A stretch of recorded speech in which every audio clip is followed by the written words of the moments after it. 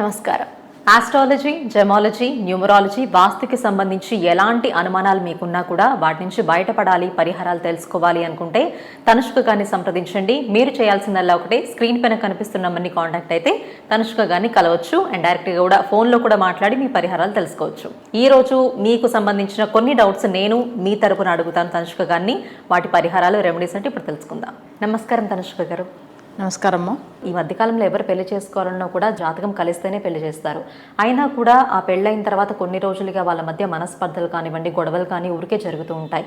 వాళ్ళు అన్యోన్యంగా ఉండాలి, గొడవలు లేకుండా మంచిగా జీవించాలి అనుకుంటే ఏమైనా రెమెడీస్ తెలియజేస్తారా? కొన్ని జాతకాల్లో గొడవలు అంటేనే దానికి కారకుడు ఎవరంటే కుజుడుని చెప్తూ ఉంటాము. ఇప్పుడు కుజుడు వల్ల కొన్ని జాతకాలు కుజ దోషం ఉంటుందంటే చూడండి, మ్యారేజ్ చేసేటప్పుడు అసలు మంచిగా సంబంధాలు చూసి చేస్తున్నప్పుడు ఇక్కడ ఏమవుతుందంటే కుజదోషం ఉంటేనే అసలు చేయరు. అంటే కొంతమంది కుజదోషం ఉన్న వాళ్ళకి కుజదోషం ఉన్న వాళ్ళే చూసి చేస్తూ ఉంటారు. అందుకే ఏమవుతుందంటే ఆ కుజుడు వల్ల అసలు ఇంట్లో కూడా భార్యాభర్తల మధ్యలో చాలా గొడవలు వస్తుంది. ఇప్పుడు గొడవలకు సంబంధించిన ఈ కుజుడికి మన పూజలు ఎలా చేసుకోవాలి అంటే, ఇప్పుడు మనం డైరెక్ట్గా టెంపుల్ వెళ్ళి నవగ్రహాల దగ్గర కుజుడు ఉంటాడు, ఆయన దక్షిణం చూసినట్టుగా ఉంటాడు. సో అక్కడ వెళ్ళి కూడా మనం ఏం చేయాలి అంటే, అసలు ఆయనకు వచ్చి దీపం వెలిగించాలి. దీపం వెలిగించేటప్పుడు ఏంటంటే మనం అసలు కుజ గాయత్రి మంత్రం చదువుకోవాలి. అది కూడా దక్షిణం వైపు చూసినట్టుగా ఆ దీపం పెట్టాలి. స్వామివారు ముందుకు అక్కడ పెట్టడానికి వాళ్ళకి ఆ టెంపుల్ అనుమతిస్తే అక్కడ పెట్టండి. పెట్టేసి మంగళవారం అది కూడా ఏంటంటే 9 మంగళవారాలు అక్కడ వెళ్ళి దీపం వెలిగిస్తా అని చెప్పి మొక్కోండి. అలా వెలిగించిన తర్వాత మీరు ఏంటంటే ఎప్పుడో 9 మంగళవారం అంటే మీకు 9 వారాలు కంప్లీట్ అయిన తర్వాత ఆ 9 మంగళవారం రోజు పంతులకు కందులు దానం ఇవ్వండి.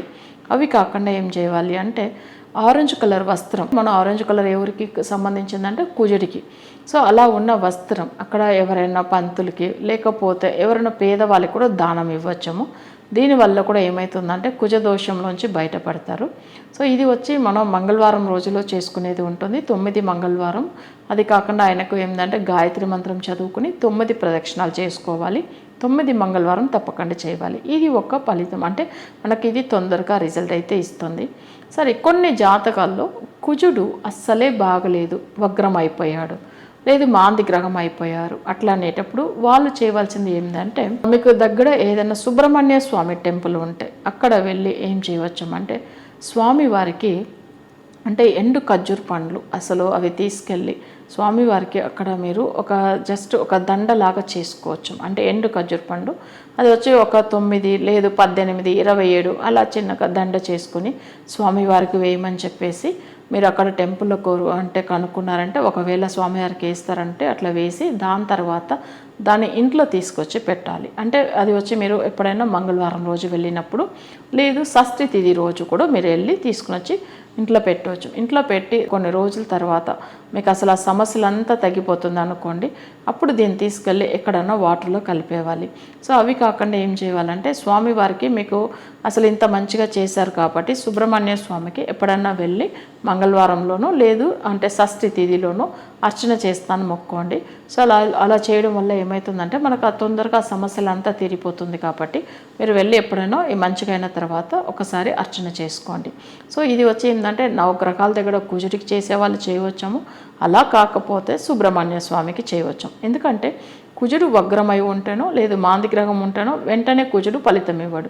అలా కాకపోతే సుబ్రహ్మణ్య స్వామికి ఇలా చేసుకోవడం వల్ల కూడా ఇంట్లో భార్యాభర్తల గొడవలు అనేది అస్సలే పూర్తిగా పోతుంది. చూసారు కదండి, భార్యాభర్తల మధ్య గొడవలు లేకుండా సమస్యలు తొలగి వాళ్ళు అన్యోన్యంగా జీవించాలి అనుకుంటే చాలా చక్కని రెమెడీస్ అయితే చెప్పారు. సో ప్రతి ఒక్కళ్ళకి ఇలాగే ఉండాలని రూల్ ఏం లేదు. ఎందుకంటే వాళ్ళ అంటే భార్యాభర్తల వాళ్ళ జాతక చక్రాన్ని బట్టి కూడా రెమెడీస్ అనేవి మారుతూ ఉంటాయి.